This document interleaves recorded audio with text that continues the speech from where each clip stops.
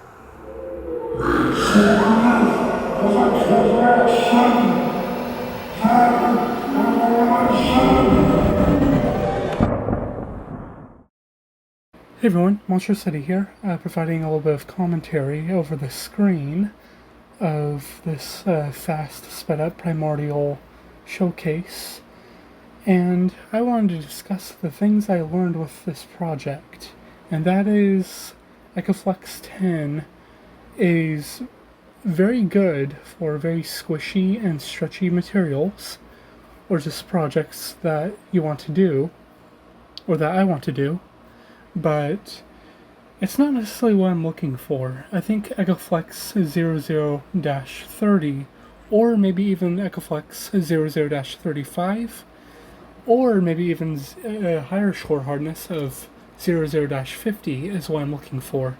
I'm looking for characters that are very rubbery in how they feel and how they interact with gravity. Of course, this is no exception, but something that does make it an exception for it being a potential problem is that the silicone is so loose and so low of a shore hardness, and also dense at the same time, that there's more weight, if anything, that doesn't really allow this character to do much. Especially when puppeteering it in slow motion, it doesn't really work all that well. The tail was just way too heavy and didn't writhe around like those rubber snakes or rubber lizards that you see in stores and stuff, such as the frilled lizard as I'm showing on screen. That tail has a lot of resistance to gravity, in a sense. It still is affected very heavily by gravity, but it writhes around in a way that is perfect for characters to seem like they come to life when put in slow motion. And that's what I want to replicate, and I feel like a higher shore hardness of 00-30 or 50 would definitely be perfect for future projects. Although there is some weight that is provided, there definitely is that. That is something that seems true. It would be more of a benefit because the higher shore hardness means that it has more stability to its weight and gravity counterbalance. Hopefully I am making sense when I'm saying this. But yeah, that is what I'm looking for future projects. So I'm going to use a higher shore hardness next time. But other than that, yeah, thank you all for watching, and I shall see you on the next video.